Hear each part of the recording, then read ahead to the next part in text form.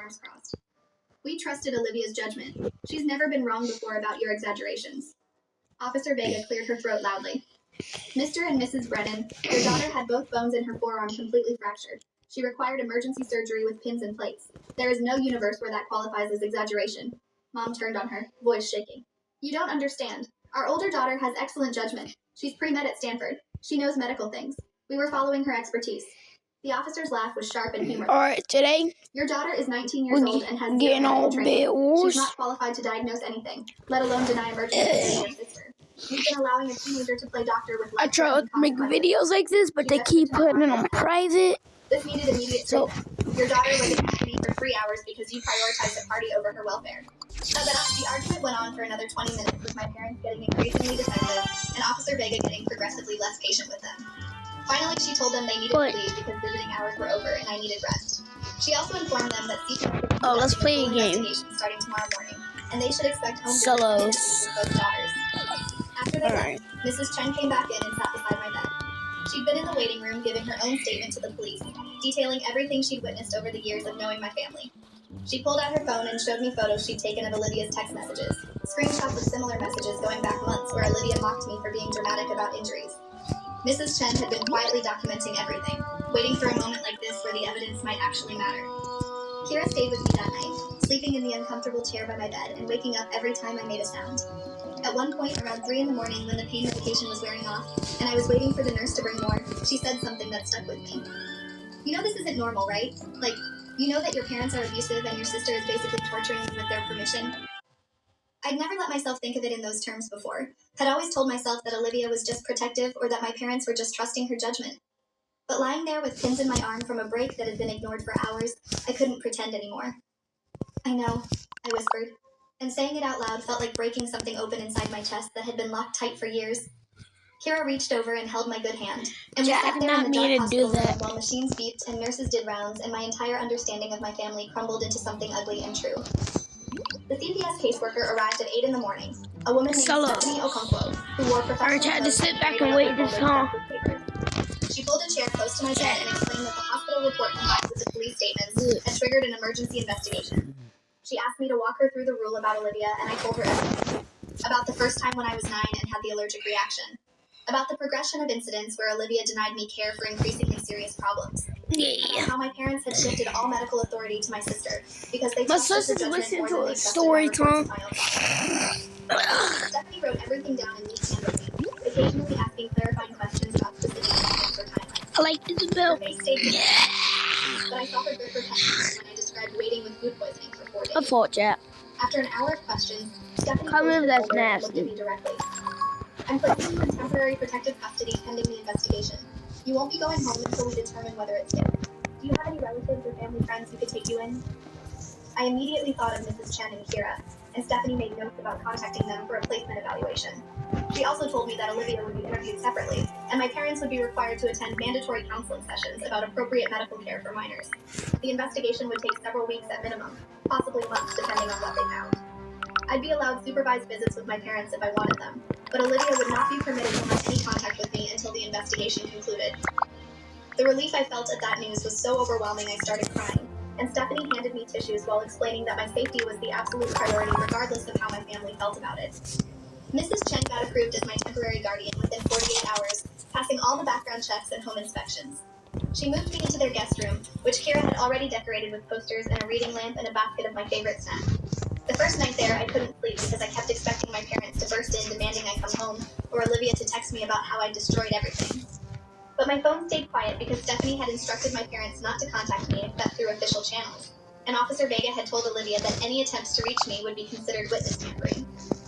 I lay there in the comfortable bed listening to the normal sounds of a house where people weren't constantly walking on eggshells around one person's move, and I felt something tight in my chest start to loosen just slightly. The next week, I had my first follow-up appointment with Dr. Chandrasekaran, and she brought another doctor with her. Dr. Neil Kozlowski specialized in pediatric orthopedics, and after examining my arm, he started asking questions about my medical history. I told him about the various injuries and illnesses that had gone untreated or undertreated because of Olivia's decisions, and he requested copies of all my medical records going back to when I was 9. 3 days later, he called Mrs. Chen and asked us to come to his office for a consultation. He had printouts spread across his desk showing gaps in my medical care that corresponded with important events in Olivia's because I couldn't see a doctor during her SAT testing week, repeated untreated respiratory infections during her college application season that had left scarring on my lungs, a severe burn that got infected because she was homecoming and didn't want our parents preoccupied with me at urgent care. Dr. Kozlowski had compiled everything into a timeline that showed a clear pattern of systematic Bro, we got neglect killed enabled by that my early. parents and orchestrated by my sister. He'd written a detailed report for CPS documenting each instance, the medical consequences, and his professional opinion that this constituted severe abuse. His hands shook slightly when he showed us the chest x-rays from my respiratory infections, pointing out areas where my lung tissue showed permanent damage from untreated pneumonia that I'd had during Olivia's freshman year of college. This should never have happened.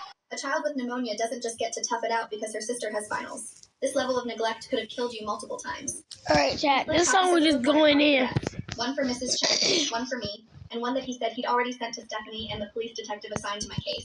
Stephanie called the next day to tell me they were adding criminal charges against my parents, not just investigating for CPS purposes.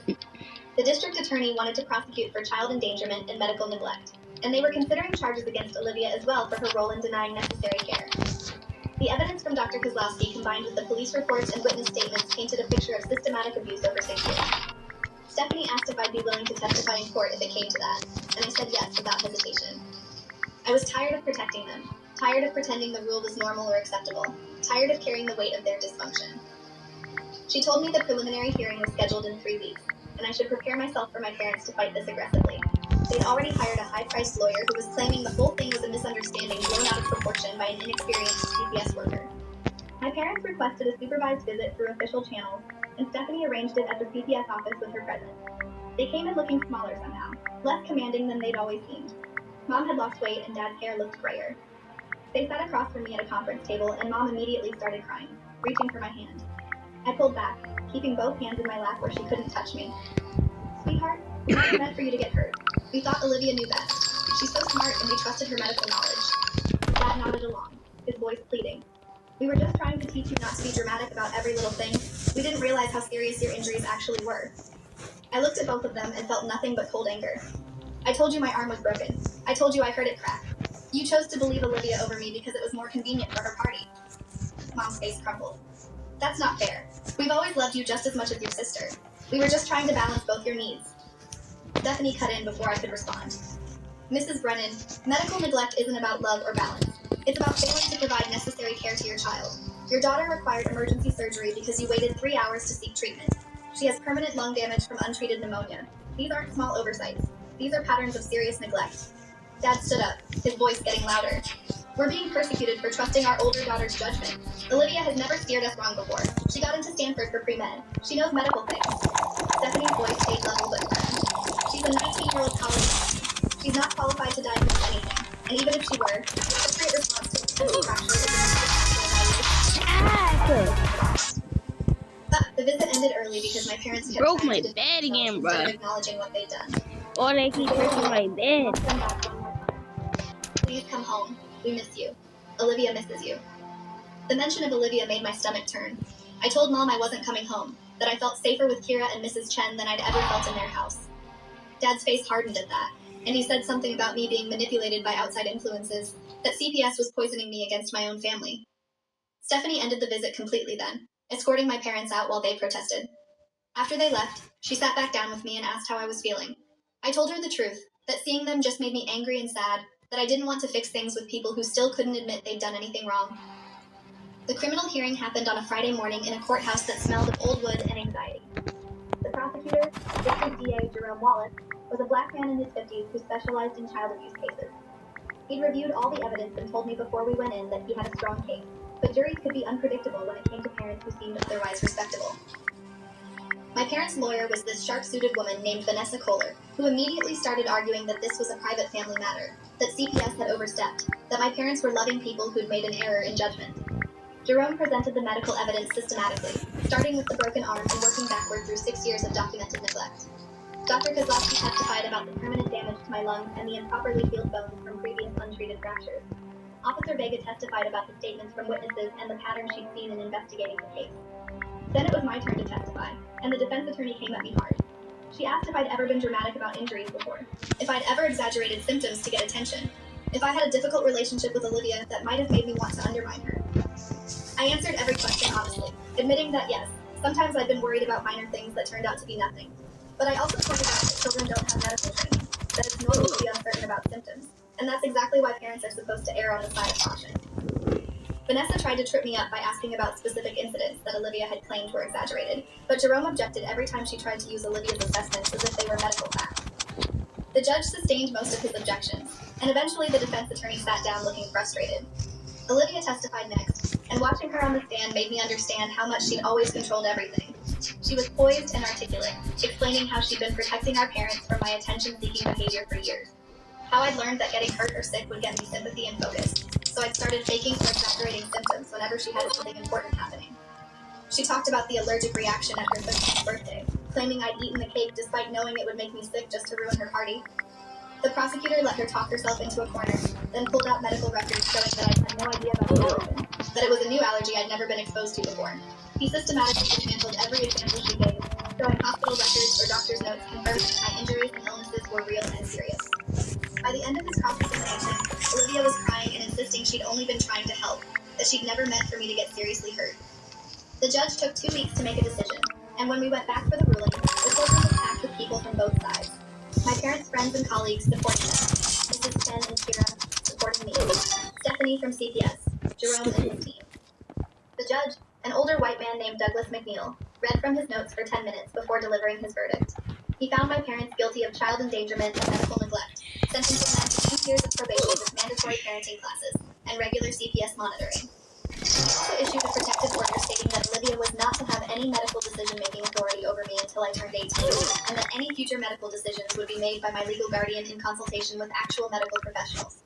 My parents would be allowed supervised visitation only, and any attempts to violate the protective order would result in immediate jail time. The courtroom erupted in noise. My parents' friends protested the sentence while Mrs. Chen squeezed my shoulder in support. My parents sat frozen at their table, their lawyer already talking about the case. Olivia was crying in the front row, her Stanford sweatshirt standing out against the dark clothing everyone else wore. I felt this strange combination of relief and grief, glad for the protection but sad that it had taken a broken arm and a court case to get there. Outside the courthouse, I tried to ask questions, but Stephanie and Mrs. Chen hustled me. How they broke her before I could say freaking anything. bed again. Jerome caught up with us in the parking Ashley lot and told me betted I'd it been somebody. incredibly brave, that cases like this were hard to prove and my testimony had been crucial. He handed me his card and said if I ever needed anything, I should call him directly. Life at Mrs. Chen's house settled into a routine that felt almost normal. I went to school, attended physical therapy for my arm twice a week, and saw a therapist named Dr. Amina Bashir who specialized in trauma from family abuse. She helped me understand that the rule my parents had created wasn't just neglectful, but was a form of psychological torture, teaching me that my body and pain weren't trustworthy, that someone else's assessment mattered more. Full off his mouth.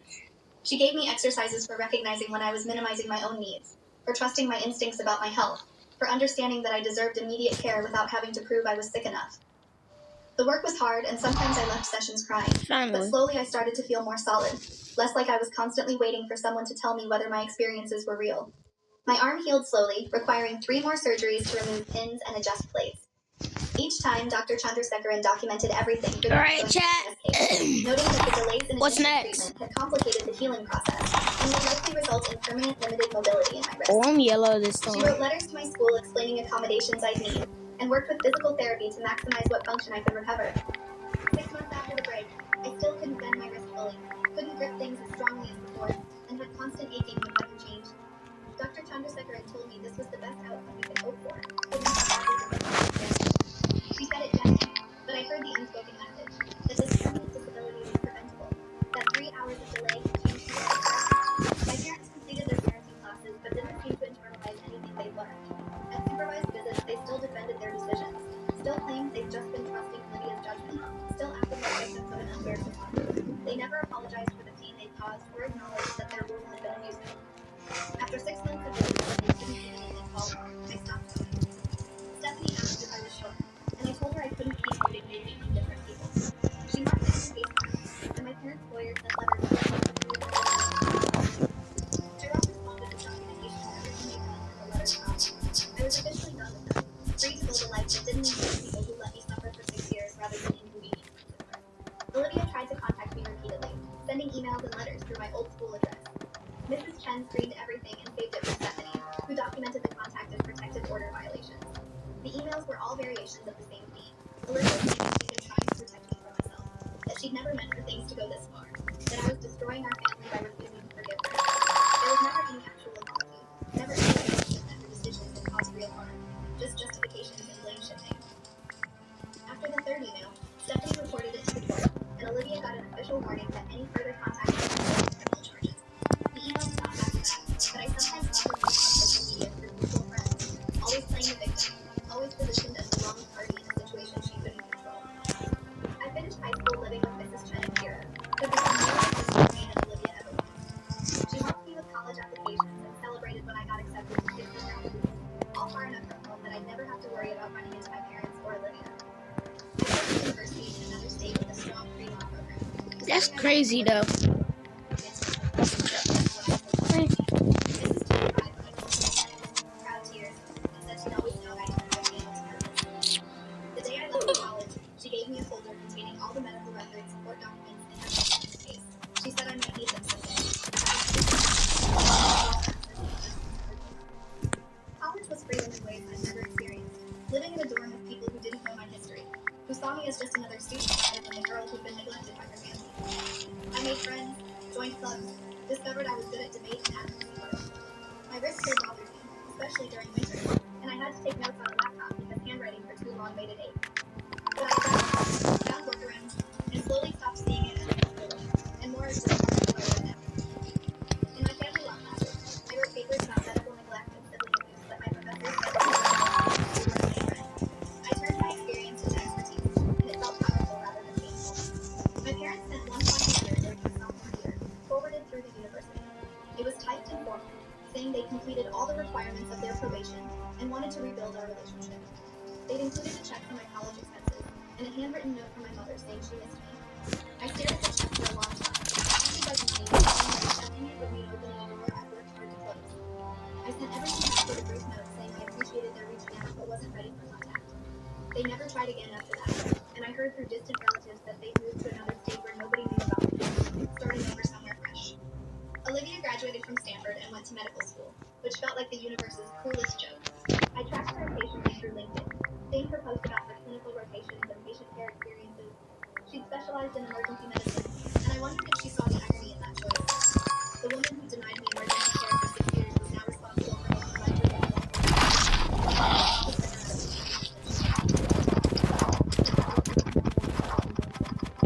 made her remember what she'd done. It was petty and I knew it, but I couldn't quite let go of wanting her to feel something, even if it was just a little. I graduated with honors and got accepted to law school on full scholarship, writing my personal statement about how lived experience with systemic family abuse had shaped my understanding of justice.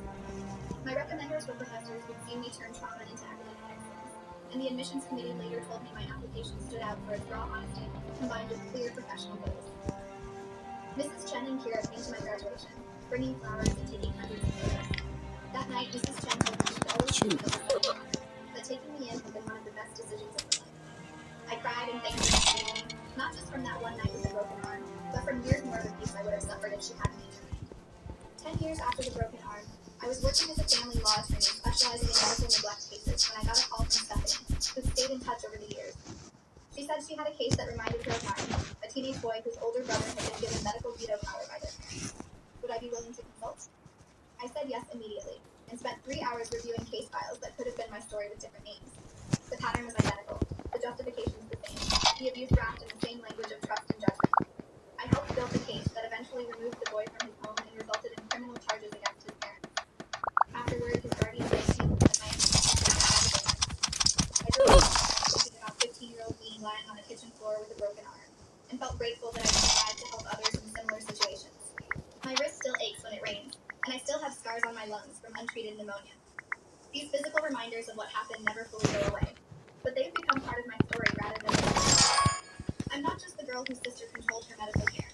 I'm the attorney who fights for kids who can't fight for themselves. I'm the survivor who turns pain into purpose.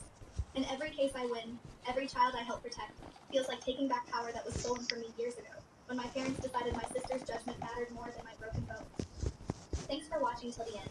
Make sure to subscribe and like to not miss the next story.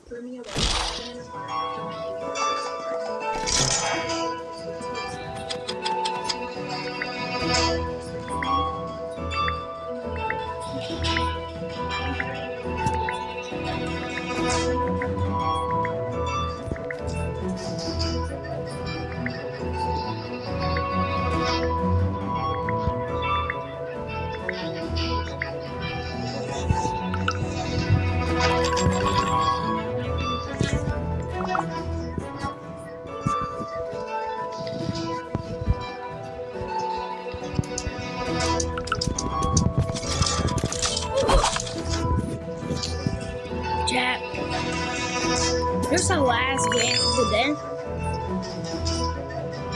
Like, today's gonna be our last day of the day. It's gonna be our last game. First, I want to change my kit.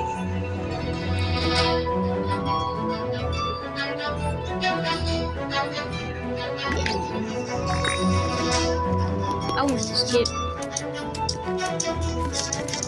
I clipped it. Their lawsuit doing something they clearly never bothered to do, actual research.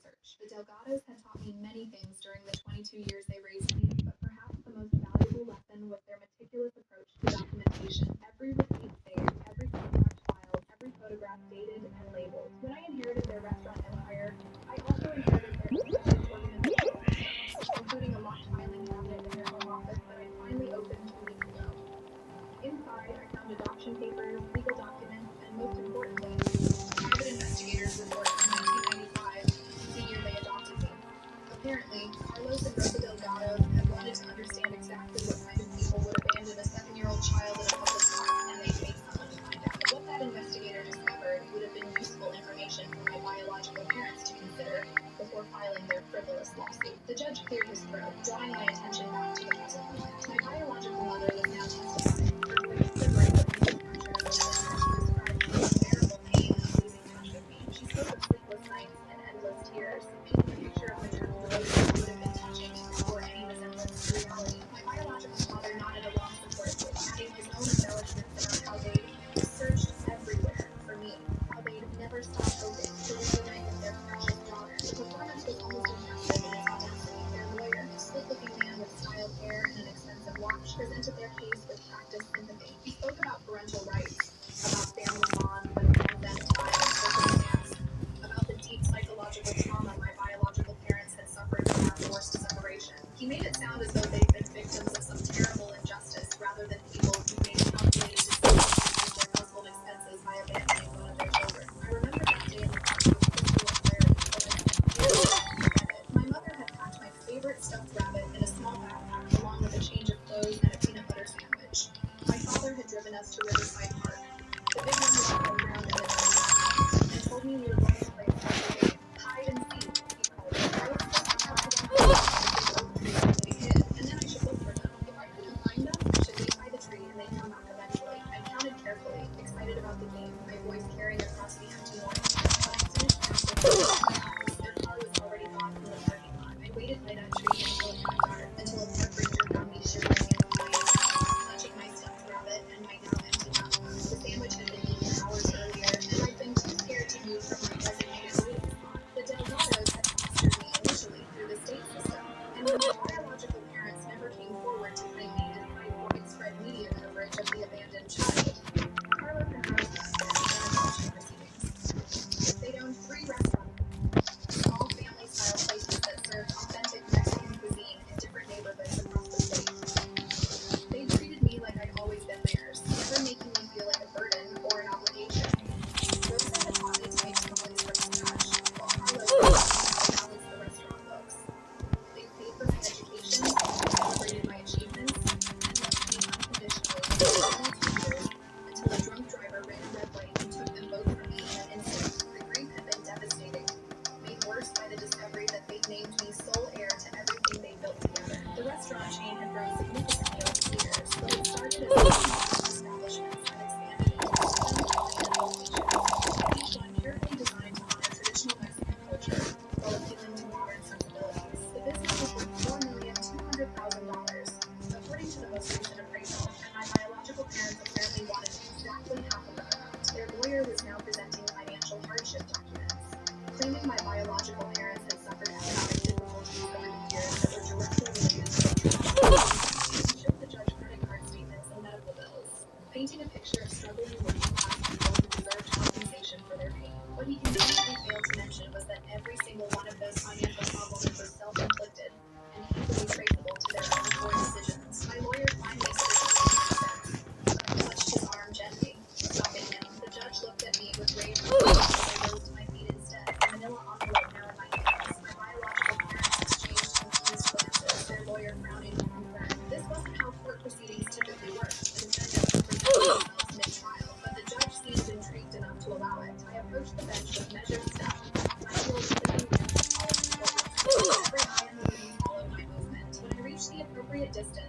held up the envelope so the judge could see it clearly. Inside this envelope, I said, my voice steady and clear, are documents that paint a very different picture of my biological parents' character and their true motivations for their collective. I'd like to submit them as evidence for the court's consideration. The judge gestured for me to approach. I handed him the envelope. As he began to extract the contents, I turned to face my biological parents to receive the first time in my life. My mother's theatrical tears had dried up, replaced by genuine nervousness. My father had stopped his support at home. His face matched the shocking realization. They didn't know what was in that envelope, but they were beginning to suspect the innocence of their case. I smiled at them then, not a warm smile of familial recognition, but a cold, calculated expression that promised consequences. The judge's sharp intake of breath told me he'd reached the first page of the investigator's report. The rustling of papers filled the courtroom as he read, his expression growing darker with each page. My biological parents' lawyer leaned forward, trying to see what had captured the judge's attention so completely, while my own lawyer sat back with visible relief, finally understanding that I'd been playing what the judge was thinking, what I was about to share with everyone in that courtroom, would not only destroy my biological parents' lawsuit, but would ensure they regretted ever claiming my address. The Delgados had taught me patience, thoroughness, and the importance of having all the facts before making any decisions. It also taught me that people who abandon children in parks deserve exactly zero sympathy, and I was about to demonstrate just how well I'd learned that lesson. The judge looked up from the papers, his gaze moving between me and my biological parents, with something that looked like disgust. He opened his mouth to speak, and I knew the real show was about to begin. The judge set the investigators in motion. It was a great tale. It began to trouble me was I recognized. He removed his glasses, cleaned them slowly, and replaced them before speaking. Miss Ashford, he said, his voice tight with controlled emotion, would you please explain to the court the nature of these documents? I nodded. Turning to face the courtroom gallery where several reporters had positioned themselves, notebooks ready. The Delgado restaurant chain was well known locally, and apparently my case had attracted media attention. Perfect. Your Honor, when my adoptive parents, Carlos and Rosa Delgado, began proceedings to adopt me in 1996, they hired a private investigator named Marcus Webb to locate my biological parents and understand the circumstances of my abandonment. I spoke clearly, ensuring every word carried to the back of the room. Mr. Webb was extremely thorough in his investigation. He discovered that my biological parents, Robert and Linda Hartley, had 3 children in 1995. My older sister Jessica was 9, I was 7. And my baby brother Michael had just been born. What Mr. Webb found through financial records and interviews with former neighbors was that my parents had calculated that raising 3 children would cost approximately $18,000 more per year than raising 2. My biological mother made a small sound of protest, but her lawyer quickly replaced her with a hand on her arm. He continued without pause.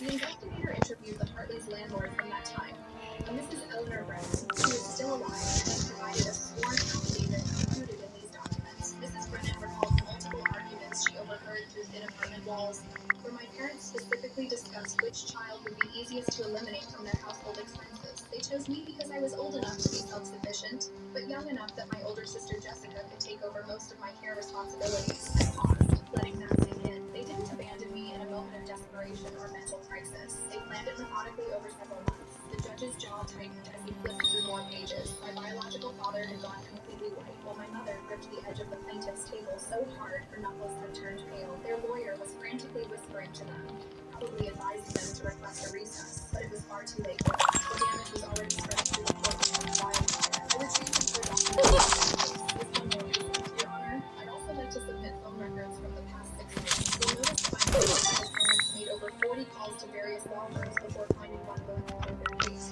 Several recorded consultations, which I obtained legally through public record requests, they specifically discussed the value of the Delgado estate and calculated what percentage they could pay. On one recording, my biological father states, and I quote, "The kid owes us for the genetic material at least. She owes us millions. We deserve our cut." The reporters in the gallery were bright smiles with now, and I saw several people in the public seating area shaking their heads in disgust. My biological parents' carefully constructed narrative of grieving separated parents was disintegrating every day.